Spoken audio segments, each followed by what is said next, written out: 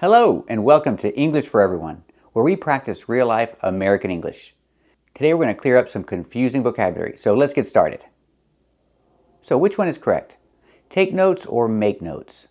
Well, they're both correct, but they mean different things. So let's take a closer look. First, let's talk about take notes. It's when you write things down in class. Usually a lot of information. You write down what the teacher says. That's taking notes. You take notes in class. Or you could say, take notes for an exam. And if you do a good job, you take good notes.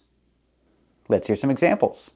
Today we are going to look at different alkali metals under the microscope and take notes on the differences in their makeup. Let's skip the deposition and I can just take notes on your lecture. And I said, why don't you just take notes and write it up? Yeah, he's making me take notes on these meetings, and I'm like, these people are my friends. Sit down. Take notes. Hope you don't mind if I take notes in here. And the game plan is for you to let me do the talking, and for you to take notes in that little pad there, and for you to follow my lead at all times. I'll tell you what. I take notes in general, so if you're just real specific, thorough, and precise, that'll help. So example, she takes notes in class. And she takes good notes in class. And she's taking notes for an exam. Let's practice. Does she take notes in class?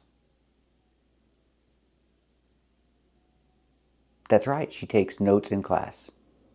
Does she always take good notes in class?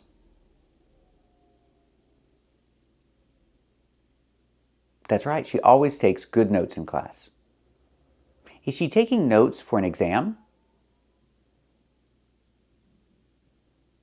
That's right, she's taking notes for an exam. Now let's talk about make notes. Normally you talk about one, so we say make a note. When you make a note, it means you write something down, usually something short, so you won't forget, so you'll remember later. You make a note. It means to write something down. Example, he's making a note. He's making a note on the Post-it. He's writing something down. That's when we say make a note. Let's hear some examples. Make a note. Let's put him somewhere, Priscilla.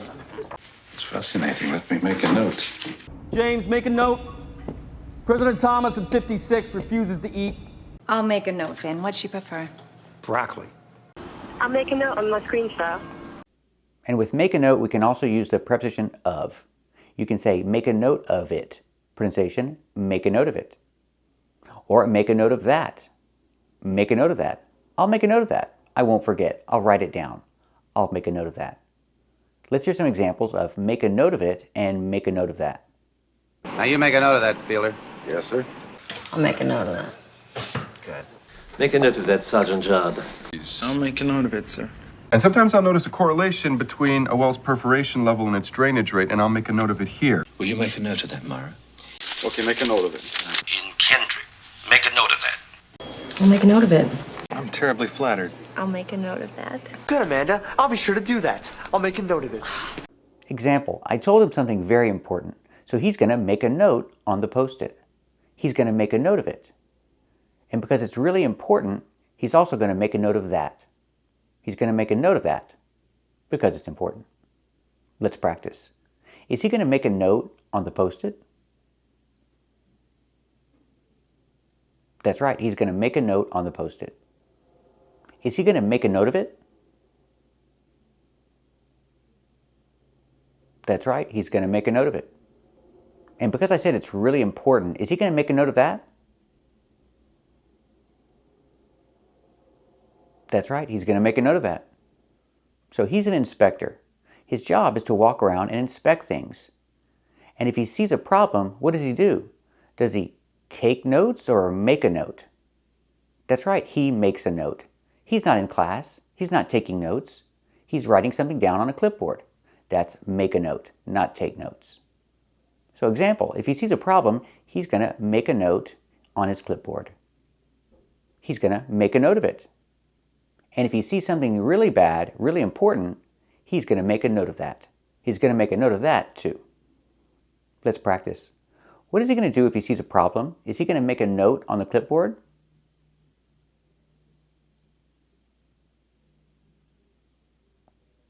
That's right, he's going to make a note on the clipboard. Is he going to make a note of it? That's right, he's going to make a note of it. And what if he sees a really serious problem? Is he going to make a note of that? That's right, he's going to make a note of that. So remember, say take notes when you're talking about in school. Writing things down in school, that's take notes. But if you're writing something down on a piece of paper or on your screen, that's make a note. Usually it's one. So keep watching to practice with more confusing phrases like these. First, we're going to practice with this phrasal verb, jot down. First, let's talk about pronunciation.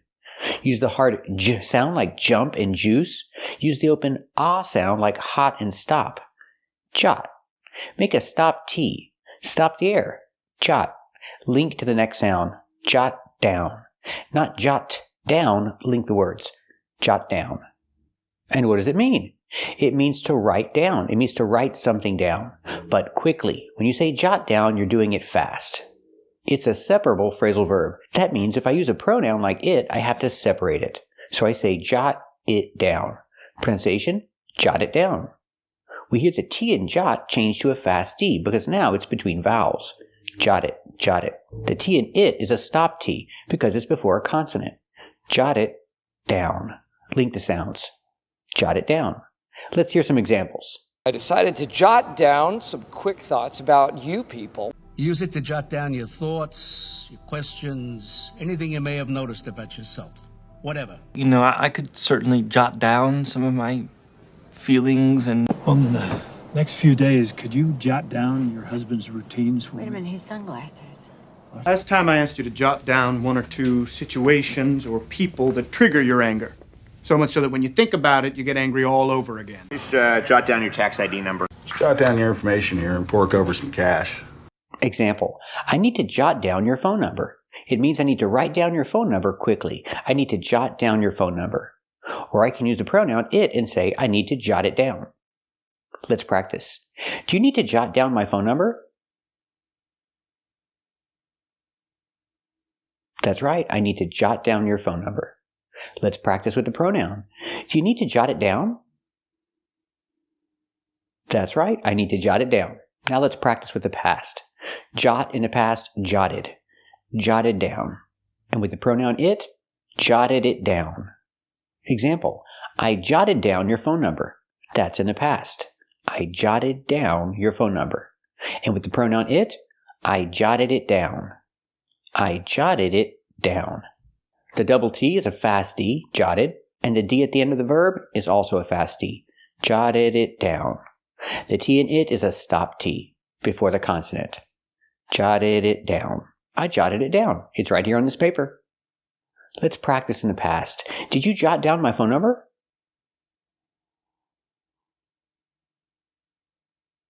That's right. I jotted down your phone number.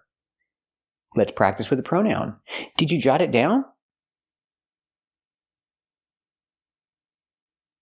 That's right. I jotted it down right here on this paper. So we see that jot down means to write something down fast, quickly. Now let's practice with write down. Keep watching to practice more with the phrasal verb write down and other great phrasal verbs. Keep watching to practice more. Today we're learning this phrasal verb, write down. It's a separable phrasal verb, so if you have a pronoun, you need to separate it. Example, it. Write it down. Pronunciation, write it down. The T in write changes to a fast D. Write it, write it. And the T in it is a stop T because it's before a consonant. So stop the air. Make the T position and stop the air. Write it down. Link together with the D in down. Write it down. If you need to write something on a piece of paper, you need to write it down. My coworker told me that I have a meeting tomorrow. I need to write it down so I won't forget. Example, his coworker told him that he has a meeting tomorrow, and he's going to write it down so he won't forget. Let's practice. He just found out about a meeting tomorrow. Is he going to write it down so he won't forget? That's right, he's going to write it down so he won't forget. So we use it for one thing. What if you have more than one thing? Then we use the pronoun them. Separate the phrasal verb, write them down. Write them down. Pronunciation. The T in write is a stop T because it's before a consonant. So it's write them down. Write them down. He went to the meeting and they said save your questions for the end of the speech. Someone's going to make a speech at the meeting. So he has a few questions to ask at the end of the speech. So what should he do? He should write them down. He should write them down so he won't forget. Let's practice. He has a few questions to ask, but he can't ask them now. He has to wait until the end of the speech. What should he do? Should he write them down? That's right. He should write them down so he won't forget. Also, if you use the word something, you cannot say I need to write down something. Put it in the middle. Say I need to write something down. Give me a minute. I need to write something down. It's also separable in that case. So remember the phrasal verb, write down. With the pronoun it, write it down. With the pronoun them, write them down. Or if you say something, put it in the middle. I need to write something down. Today we're going to learn a very common phrasal verb. So let's get started. Today we're learning this phrasal verb, get rid of. What does it mean? It's similar to remove or eliminate. Pronunciation, get rid of. We see the T in get is a stop T. Get rid of. Link the sounds. Link the stop T to the R. Get rid of. The D in rid is a fast D. Get rid of. Example, when I moved to California, I had to get rid of all my furniture. I couldn't bring my furniture to California because I was traveling in a car. So I had to get rid of it. I had to sell it or give it to somebody. I had to get rid of all my furniture. And I did. I got rid of everything. Get in the past, got. I got rid of everything. I got rid of all my furniture. So I can say they. They had to get rid of all their furniture. And they did. So I can change the verb to the past. They got rid of all their furniture. They either sold it or gave it to somebody. But they got rid of it. So I use it as a substitution as a pronoun for a singular noun. Furniture is a singular noun. So I say they got rid of it. They got rid of everything. Let's practice. Did they have to get rid of all their furniture? That's right. They had to get rid of all their furniture. Did they do it? Did they get rid of everything? That's right. They got rid of everything. Let's practice with it. Did they get rid of it? That's right. They got rid of it. They got rid of everything. And these are my old shoes. I like my old shoes, but I don't wear them. They look old. But I want to keep them because maybe one day I'll wear them again. But my wife says no. My wife says I need to get rid of them. She says they're old and I don't need them and I shouldn't keep them. So she says I need to get rid of them. I need to get rid of my old shoes. She says I need to get rid of them. But I don't want to get rid of them. I want to keep them. Let's practice. What does my wife say? Does she say I need to get rid of my old shoes?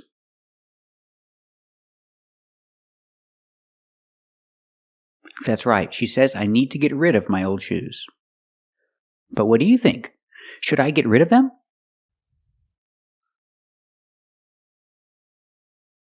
That's right. Maybe I should get rid of them. They're old. So remember the phrasal verb, get rid of. It means to remove or eliminate. And you can say get rid of it if it's singular or get rid of them if it's plural. Thank you for watching. And if you like this video, subscribe to our channel. And if you want to become a member, click the join button. And we'll see you next time.